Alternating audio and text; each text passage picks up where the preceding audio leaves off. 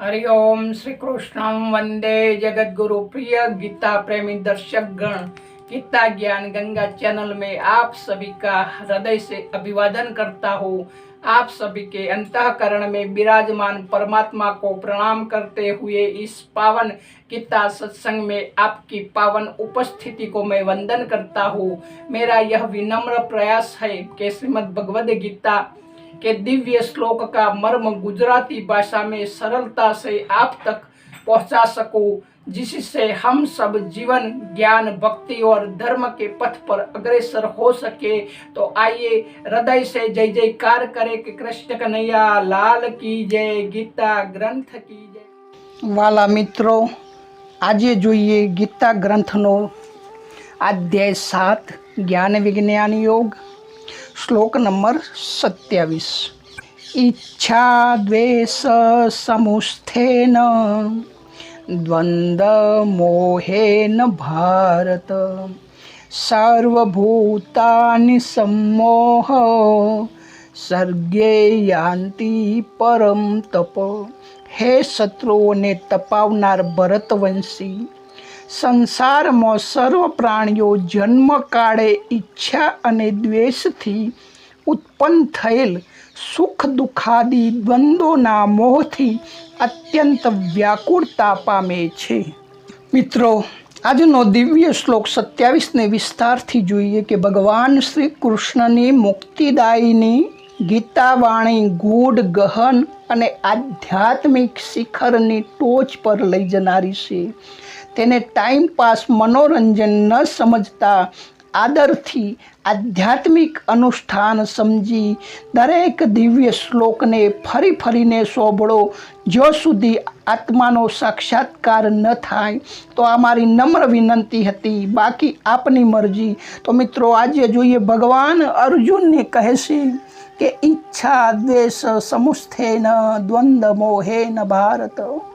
તો ઈચ્છા અને દ્વેષથી દ્વંદ્વ મોહ પેદા થાય છે, જેનાથી મોહિત થઈને પ્રાણીઓ ભગવાનથી બિલકુલ વિમુખ થઈ જાય છે અને વારંવાર વિમુખ થવાથી સંસારમાં જન્મે છે અને મરે છે। મનુષ્ય સંસારથી વિમુખ થઈને કેવળ ભગવાન સાથે જ સંબંધ જોડવાની આવશ્યકતા છે। ભગવાન સાથે સંબંધ જોડવામાં મુખ્ય વિઘ્ન કયું આવે છે? મોટું વિઘ્ન કયું આવે છે કે આ મનુષ્ય શરીર વિવેક પ્રધાન છે।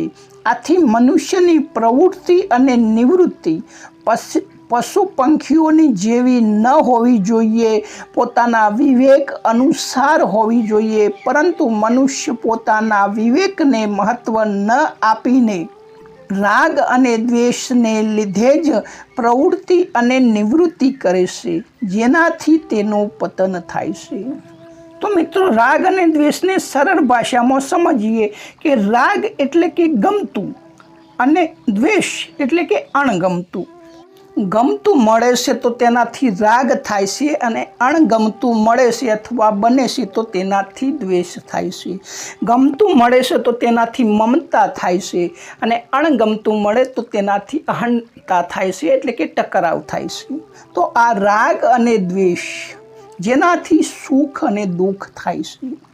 મિત્રો, મનુષ્યની બે મનોવૃત્તિ હોય છે, એક તરફ જોડાવું અને બીજી તરફ હટાવવું, કારણ કે એક કાર્ય બે સાથે ન થઈ શકે। મનુષ્ય જો પરમાત્મામાં પોતાની વૃત્તિ જોડવાની છે તો તેને અવશ્ય સંસાર તરફથી પોતાની વૃત્તિ હટાવવી પડશે। અર્થાત જો પરમાત્મા સાથે પ્રેમ કરવો છે તો સંસારથી વૈરાગ અવશ્ય કરવો પડશે। પરંતુ બંને વૃત્તિઓ જ્યારે મનુષ્ય કેવળ સંસારમાં જોડી દેશે ત્યારે તે જ પ્રેમ અને વૈરાગ્ય ક્રમશઃ રાગ અને દ્વેષનું રૂપ ધારણ કરે છે। ક્રિયા એકના એક છે, પરંતુ એ ભગવાન સાથે જોડાતો વ્યક્તિનો વિકાસ થાય છે અને એ જ ક્રિયા સંસાર તરફ જોડાતા વ્યક્તિનું પતન થાય છે। તો એ જ ક્રમશઃ પ્રેમ અને વૈરાગ્ય રાગ અને દ્વેષનું રૂપ ધારણ કરી લેશે, જેથી મનુષ્ય સંસારમાં ફસાઈ જાય છે અને ભગવાનથી સર્વથા વિમુખ થઈ જાય છે. પછી ભગવાનની તરફ ચાલવાનો અવસર જ નથી મળતો. ક્યારેક ક્યારેક તે સત્સંગની વાતો પણ સાંભળે છે, શાસ્ત્ર પણ વાંચે છે, સાત્વિક વાતો ઉપર વિચાર પણ કરે છે, મનમાં સાત્વિક વાતો સંકલ્પો પેદા પણ થઈ જાય છે, તેને સારી પણ સમજે છે, છતાં પણ તેના મનમાં સંસાર પ્રત્યેના રાગને કારણે તે વાતો ઊંડી ઉતરેલી રહે છે કે મારે તો સંસારિક અનુકૂળતા જ પ્રાપ્ત કરવી છે અને પ્રતિકૂળતા હટાવી છે, કે મારે ગમતું મળવું જોઈએ અને અણગમતું દૂર થવું જોઈએ. આ મારું ખાસ કામ છે, આ મારી ખાસ ક્રિયા છે, આ મારી ખાસ પ્રવૃત્તિ છે. કેમ કે તેના વિના મારો જીવન નિર્વાહ કઈ રીતે ચાલે, મારો સંસાર કઈ રીતે ચાલે, આ દુનિયા કઈ રીતે ચાલે. હું તો ભાઈ સંસારી છું, મારે સંસારમાં રહેવાનું છે.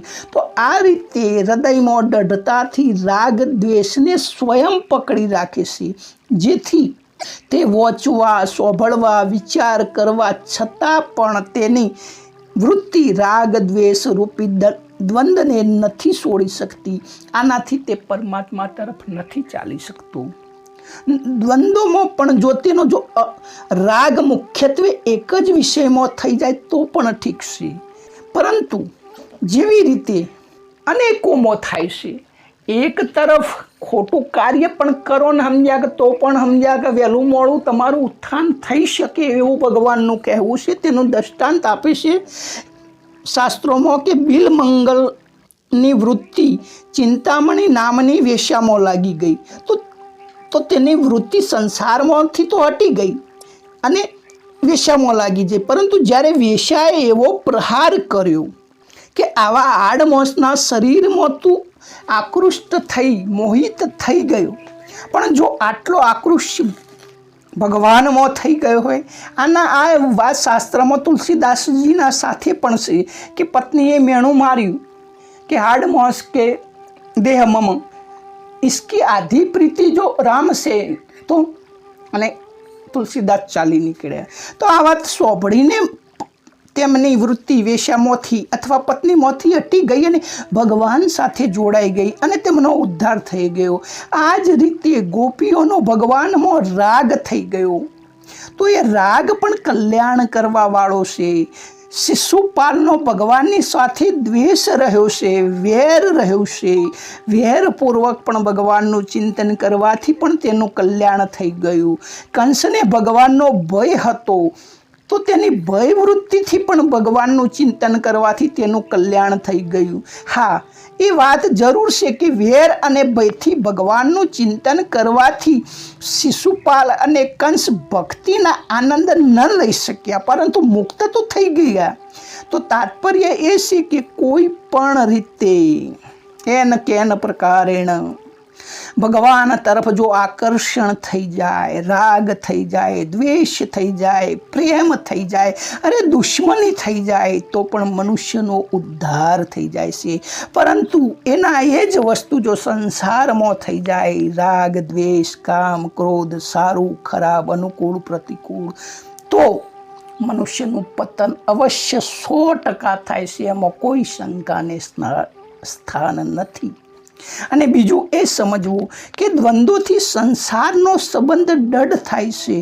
જ્યારે કામનાને લીધે મનોવૃત્તિનો પ્રવાહ સંસાર તરફ વળે છે, ત્યારે સંસારિક અનુકૂળતા અને પ્રતિકૂળતાના લીધે જ રાગ દ્વેષ થાય છે. અર્થાત એક પદાર્થ આપણને સારો લાગે છે અને એ જ પદાર્થ ક્યારેક આપણને ખરાબ લાગે છે, કારણ કે જ્યારે આપણે તેમાં રાગ કરીએ છીએ ત્યારે આપણને તે સારું લાગે છે, અને એ જ પદાર્થ ઉપર આપણે દ્વેષ કરીએ છીએ તો એ આપણને ખરાબ લાગે છે.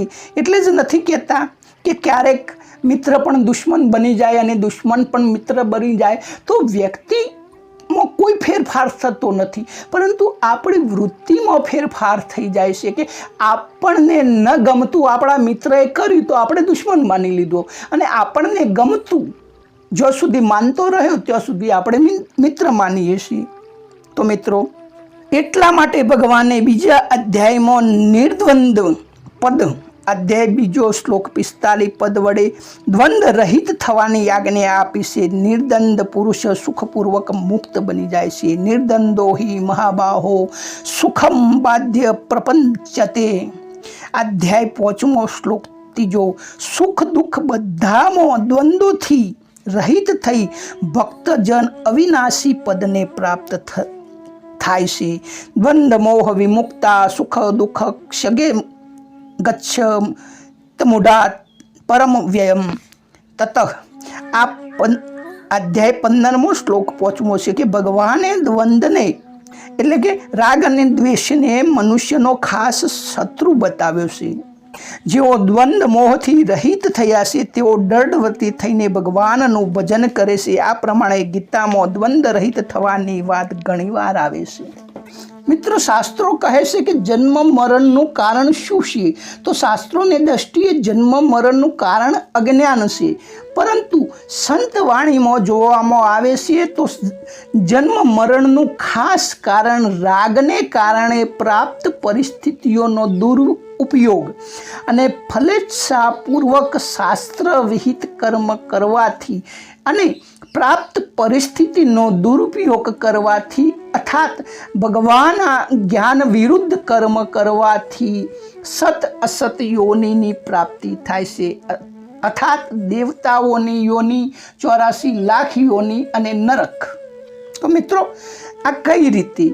તો શાસ્ત્રો કહે છે કે જન્મ મરણનું કારણ અજ્ઞાન છે, પરંતુ સંત વાણીમાં જન્મ મરણનું ખાસ કારણ પ્રાપ્ત પરિસ્થિતિનો દુરુપયોગ કે ભગવાને મનુષ્યને જે યોગ્યતા આપી છે તેનો દુરુપયોગ કરે છે. દુરુપયોગનો અર્થાત કે જે ભગવાન તરફ વાળવું જોઈએ. મનુષ્ય જન્મ ભગવાન પ્રાપ્તિ, મોક્ષ પ્રાપ્તિ માટે જ થયો છે, પરંતુ એ સંસારી ભોગો ભોગવવામાં કરે તો એ પરિસ્થિતિનો દુરુપયોગ થયો. અને ફલેચ્છાપૂર્વક શાસ્ત્ર વિહિત કર્મ કરવાથી એટલે કે શાસ્ત્રમાં જે ફળ પ્રદાન કરનારા કાર્યો દર્શાવ્યા છે કે આ કરવાથી આ ફળ મળે, આ કરવાથી આ ફળ મળે, આ લોકમાં ગમન થાય, પેલા લોકમાં ગમન થાય. તો આ બે વસ્તુથી એ કઈ કે પ્રાપ્ત પરિસ્થિતિનો દુરુપયોગ કરવો એટલે કે જે માટે મનુષ્ય શરીર મળ્યું છે એ વૃત્તિ ન કરતા સંસારિક વૃત્તિ કરવી. અને બીજું કે સંસારિક વૃત્તિમાં પણ ફળ પ્રાપ્ત કરવા માટેની વૃત્તિ કરવી. અને બીજું કે પ્રાપ્ત પરિસ્થિતિનો દુરુપયોગ કરવો કે ભગવદ જ્ઞાન વિરુદ્ધ કર્મ કરવું. એટલે કે ભગવાન જ્ઞાન વિરુદ્ધ શું છે કે 84 લાખ યોની છોડીને ભગવાને અનુકૃપા કરીને મનુષ્યનું દુર્લભ શરીર આપ્યું છે. સાથે સાથે સ્વતંત્રતા બક્ષી છે કે મનુષ્ય જે પથ પર જાય તે માટે સ્વતંત્ર છે, સાથે સાથે પૂર્ણ યોગ્યતા છે. તો તે તરફ ન જતા કેવળ એના એ જ જ્યોથી આવ્યો છે તે વારંવાર એ જ યોનિમાં, ચાહે દેવતાની યોનિ હોય, ચાહે 84 લાખ યોનિ હોય કે ચાહે નરકો તરફ, વાસ્તવમાં એ ભગવાનની પાસે જતો નથી અને સંસાર તરફ વારંવાર ગતિમાન થાય છે. તો પ્રાપ્ત પરિસ્થિતિનો સદુપયોગ કરવાથી જ સમોહ એટલે કે જન્મ મરણ દૂર થાય છે. સમોહ એટલે કે બીજાનાથી તમે વશીકરણ થઈ ગયા છે. નહીં આપણે કહેતા સંમોહન કરવું. તો જે તમે છો એ ભૂલી ગયા છો અને બીજાની જે આદત છે એ તમે પકડી પાડી છે, અથવા બીજો તમને ગાઈડ કરે છે, બીજો તમને હેન્ડલિંગ કરે છે, એને સંમોહ કહેવાય. તો મતલબ એ જન્મ મરણ એ પ્રકૃતિ કરે છે. વાસ્તવમાં તમારો કે ઈશ્વરનો કોઈ હાથ નથી. પ્રકૃતિના ગુણોના કારણે જીવ પોતાને શરીર માની લેશે અને શરીર માનવાના કારણે હું આ સાત્વિક, હું રાજસિક, હું આ. તો બસ આ જ કારણ છે. તો એ પ્રાપ્ત પરિસ્થિતિનો સદુપયોગ કરવાથી સમોહ એટલે કે જન્મ મરણ દૂર થઈ જાય છે. તો તેનો સદુપયોગ કેવી રીતે કરવો? આપણને જે અવસ્થા કે પરિસ્થિતિ મળી છે તેનો દુરુપયોગ ન કરવાનો નિર્ણય કરવામાં આવે કે અમે આનો દુરુપયોગ નહીં કરીએ, અર્થાત શાસ્ત્ર અને લોક મર્યાદાથી વિરુદ્ધ કામ નહીં કરીએ. તો આ રીતે રાગ રહિત થઈને દુરુપયોગ ન કરવાનો નિર્ણય થતાં આપોઆપ સદુપયોગ થઈ જાય છે. અર્થાત શાસ્ત્ર અને લોક મર્યાદાને અનુકૂળ કાર્ય થવા લાગે છે. જ્યારે સદુપયોગ થવા લાગશે તો તેનું આપણને અભિમાન નહીં થાય, કારણ કે આપણે તો દુરુપયોગ ન કરવાનો વિચાર કર્યો છે, આપણે સદુપયોગ કરવાનો વિચાર નથી કર્યો. પછી અભિમાન કેવી રીતે થાય? તો એનાથી કર્તવ્યતા અભિમાનનો ત્યાગ થશે, અને જ્યારે અમે સદુપયોગ કર્યો જ નથી તો તેનું ફળ પણ આપણને કેવી રીતે મળે?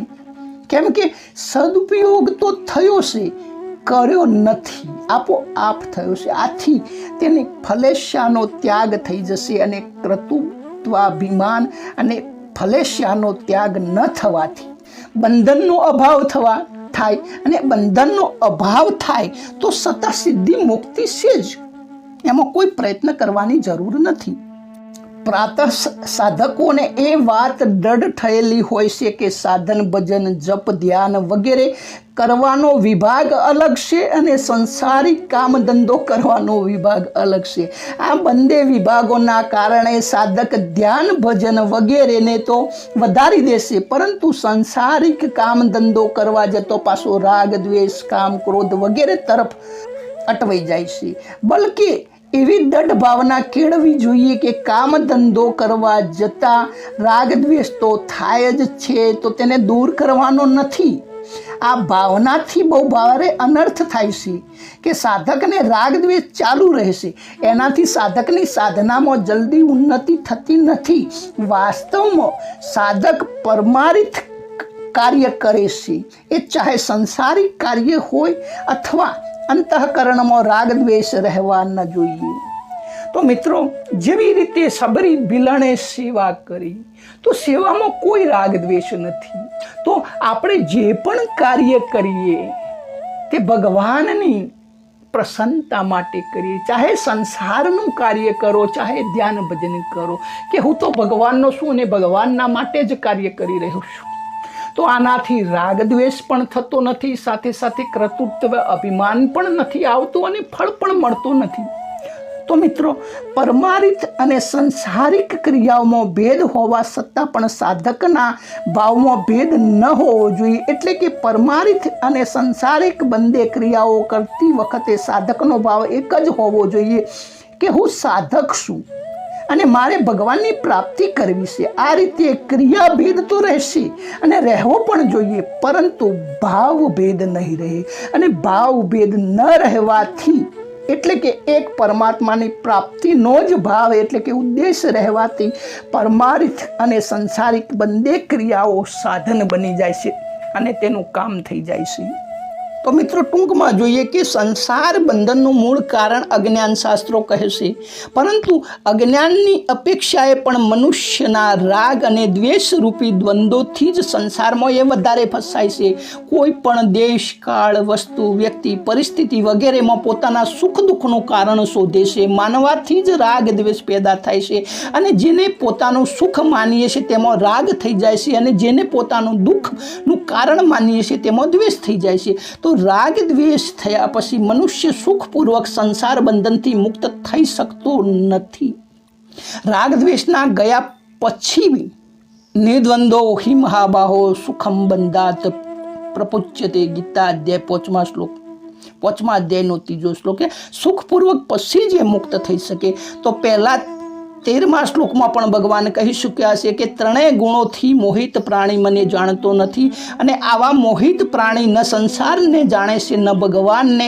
સંસારમાં રચ્યા પચ્યા રહીને મનુષ્ય સંસારને જાણી શકતો નથી, અને ભગવાનથી અલગ રહીને પણ મનુષ્ય ભગવાનને જાણી શકતો નથી. વાસ્તવમાં સંસારનું જ્ઞાન સંસારથી અલગ થવાથી અને ભગવાનનું જ્ઞાન ભગવાનથી અભિન્ન થવાથી, એટલે ભગવાનમાં જોડાવાથી. તો ટૂંકમાં મિત્રો, સંસારથી અલગ થવાથી અને ભગવાનમાં જોડાવાથી જ તો શું કે સંસાર નથી, આ જ સંસારનું જ્ઞાન છે, અને વાસ્તવમાં પરમાત્મા છે જ, આ જ પરમાત્માનું જ્ઞાન છે. તો મિત્રો, આગળના શ્લોકમાં ભગવાન વાત કરશે કે મોહિત થવાવાળાની વાત બતાવી, હવે મોહથી રહિત થવાવાળાની વાત બતાવશે. સત્સંગને વિરામ આપીએ. हरि अनंता, हरि कथा अनंता, भगवान की अनंत लीला और गीता ज्ञान अनंत इस ज्ञान की एक बूंद से अगणित संत महात्मा और भक्त गण पूर्णता पाए हैं। जो भाव आपको हृदय को छू गया वह भाव भगवान गुरु और सत्शास्त्रों की कृपा थी। कुछ अनुचित लगा हो तो मेरी अल्प बुद्धि समझकर मुझे क्षमा करे। फिर मिलेंगे अगले श्लोक में। सबको जय श्री कृष्ण, जय माता जी, राधे राधे।